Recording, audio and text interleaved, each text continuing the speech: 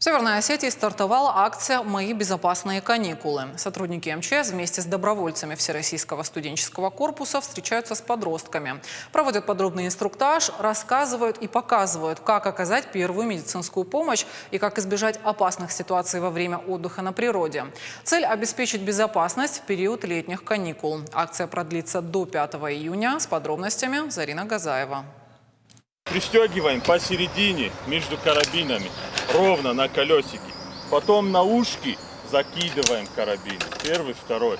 И еще раз повторяю, держим веревки. Вот здесь, особенно вот здесь не держите. Под вашим весом вам палец черканет. Подробный инструктаж, и ребята готовы к испытаниям. Пройти подвесную полосу препятствий непросто. Лестницы, тарзанки, качели и лианы. Сразу несколько зон различной сложности. Следующий этап – оказание первой помощи. Добровольцы Всероссийского студенческого корпуса спасателей учат подростков оказывать первую помощь.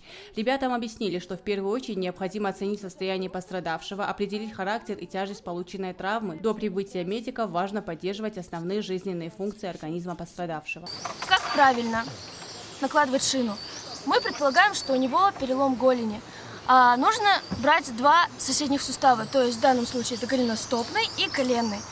Наш помощник, наш друг берет за два этих сустава и приподнимает. Вот, все действия максимально аккуратны. Спасатель международного класса североосетинского отряда МЧС Дмитрий Хевсоков напомнил о правилах безопасности, которые необходимо соблюдать на природе во время похода. Проводятся инструктажи по технике безопасности в той или иной среде для детей. В целях популяризации профессии спасатель и вообще МЧС России в целом. Детей обучают оказанию первой помощи пострадавшим, ориентированию в лесу, на пересеченной местности, безопасному поведению на воде в летний период, в особо жаркий.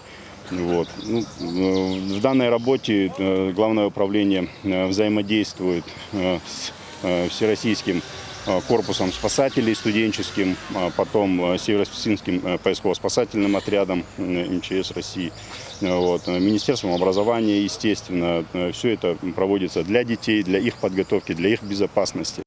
Впереди еще немало подобных мероприятий. Несколько из них пройдут на водных объектах республики. Зарина Газаева, Игорь Войцеховский. Новости Осетии.